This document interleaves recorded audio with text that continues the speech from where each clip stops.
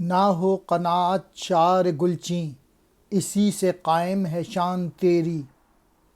وفور گل ہے اگر چمن میں تو، اور دامن دراز ہو جا۔ مین میسج یہ ہے کہ قناعت نہیں کرنی چاہیے۔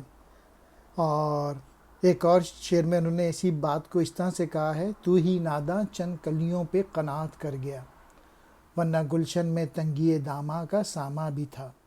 اے پھول چننے والے تو قناعت پسند نہ بن، یعنی جو کچھ مل رہا ہے صرف اسی پہ قناعت کرنا تیری شان کے خلاف ہے۔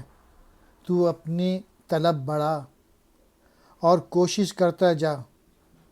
اگر گلشن میں پھولوں کی بہتات ہے تو تجھے چاہیے کہ اپنا دامن پھیلا تاکہ زیادہ سے زیادہ پھول تجھے نصیب ہوں۔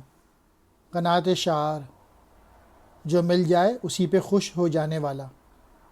گلچیں، پھول توڑنے والا۔ وفور گل، پھولوں کی کثرت۔ دامن دراز، جھولی پھیلا دینا۔